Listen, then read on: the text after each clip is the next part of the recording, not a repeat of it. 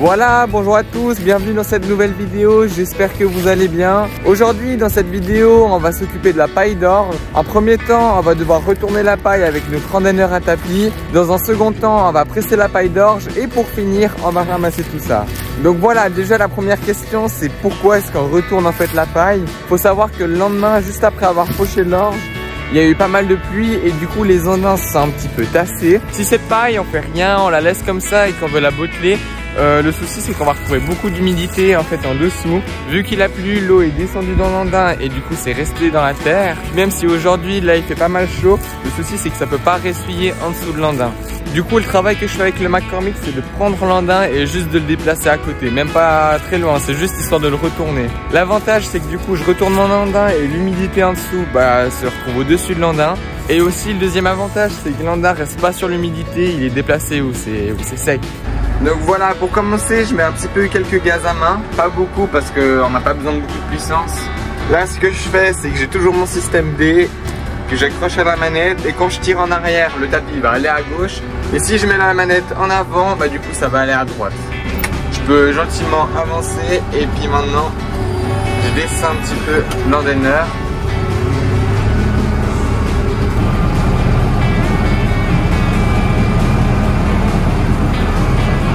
Et s'il faut, je mets des gaz. Parce que plus je mets de gaz, plus ça va faire tourner rapidement la machine.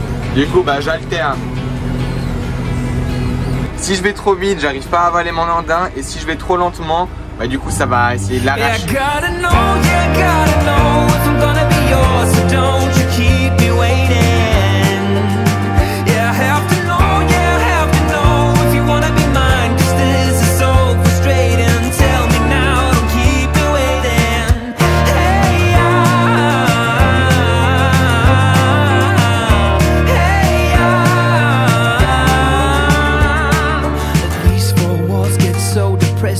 Fuck me and my second guessing, reading every text you sent just one more time. It's quiet when we both are sober, but 2 drinks in and we start all over again, and it feels so right. So just tell me, should I let you go? Yeah, I gotta know, yeah, I gotta know if I'm gonna be yours, so don't you keep me waiting.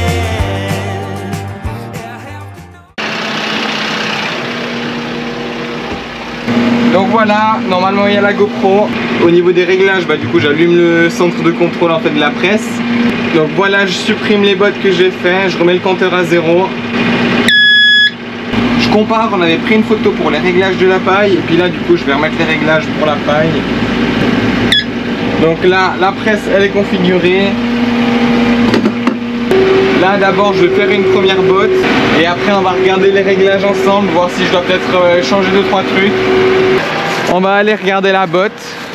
Donc du coup ça me semble d'être pas mal vu comme ça.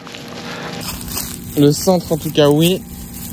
Ici voilà. De toute façon on n'a pas besoin de faire des bottes trop lourdes. Nous ce qu'on essaie de faire c'est une botte matin et soir en hiver dans la stabulation. Donc après si elle est trop lourde, il y a trop de paille, et après on doit sortir le fumier plus souvent et puis c'est pas forcément ce qu'on cherche. Donc là, ça me paraît pas mal. Allez, on est reparti.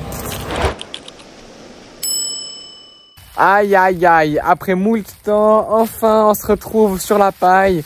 Là aujourd'hui on est dimanche 14 juillet, en même temps on a fait la luzerne. Donc vous avez vu la vidéo de la semaine passée, là maintenant on est juste après sur la paille. Aujourd'hui, le reste de la paille, on l'avait retourné avec le roc comme d'habitude, c'est un petit peu la routine maintenant.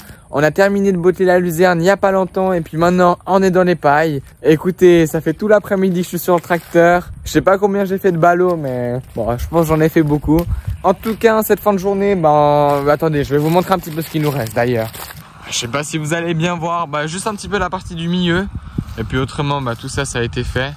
Honnêtement, cet après-midi, que ce soit pour la luzerne ou pour la paille, on a bien travaillé, ça je suis content. D'ailleurs, j'ai remarqué en retournant la paille et puis aussi en bottelant que celle-ci est très cassante. Et en plus, vu qu'il y a eu de la pluie dessus, la botteleuse elle a un petit peu des fois de la peine. Tout à l'heure, en bottelant la luzerne, j'étais à peu près au maximum à 15 km/h, en moyenne à 12-13. Mais pour la paille, c'est vraiment pas la même chose. Je pense qu'on est plus aux alentours des 7-8. Et encore. En début d'après-midi, on a essayé de botter la paille, mais c'était un petit peu trop limite. En fait, dans les grands andins où il y avait beaucoup de paille, le milieu était peut-être un petit peu humide. Et puis je pense que c'est pour ça que la botteleuse commençait à avoir un peu de peine. Mais du coup, on s'est dit qu'on allait y revenir plus tard. Avant que je vous mette les plans au drone, je voulais juste vous rappeler que vous pouvez vous abonner et liker, ça me ferait super plaisir. D'ailleurs, un truc dont je parle pas souvent, c'est Instagram. Parce que oui, j'ai un compte Instagram, HV-agriculture. D'ailleurs, le lien de mon compte Instagram est en description. Si je vous dis pas de bêtises, au moment où j'enregistre cette vidéo, on est 87 sur le compte. Donc je vous avoue que c'est pas beaucoup tout ça. Donc merci à ceux qui s'abonneront. D'ailleurs, je sais pas s'il y a des agriculteurs qui regardent un petit peu mes vidéos. Mais si c'est le cas, j'aimerais bien savoir un petit peu chez vous comment ça s'est passé l'orge. Enfin, bien sûr, si vous en avez.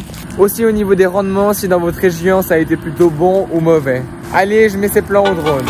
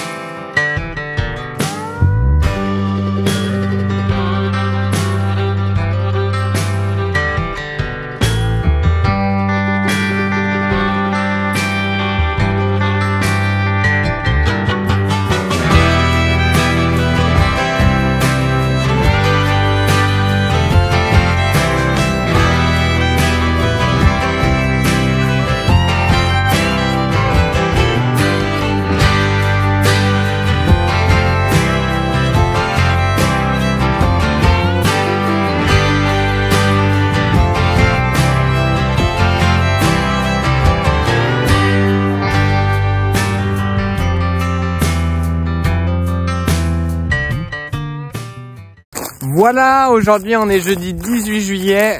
Et puis là je vais aller chercher le télescopique qu'on a mis à l'ombre dans l'hangar. Donc là derrière moi il y a je crois 7-8 bottes à aller ramener ensuite à la ferme. C'est les dernières bottes du champ. J'ai fait exprès de demander qu'ils me laissent quelques bottes, comme ça je pouvais vous filmer ça. Voilà, j'ai un petit peu de marche à faire moi. Ce qu'on va faire, c'est que je vais prendre le télescopique, je vous mettrai la GoPro à l'extérieur. Comme ça vous aurez des plans différents d'habitude. Et puis je vais essayer de faire voler le drone en même temps de charger. Enfin je vais voir ce que je peux faire. Mais avant ça, faut que j'aille prendre le télescopique. Bon allez, j'ai retrouvé mon télescopique. Yeah, I have to know, yeah, I have to know if you wanna be mine, 'cause this is so frustrating. Tell me now and keep me waiting. Hey,